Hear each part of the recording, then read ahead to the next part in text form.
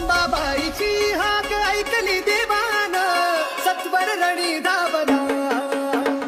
उभा ठाकला खडग त्रिशूल घेऊन रत्नासूर मारिला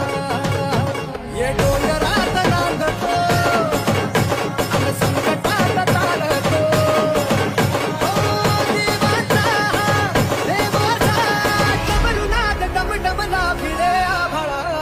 दख्खनचा राजा ज्योतिबा माझा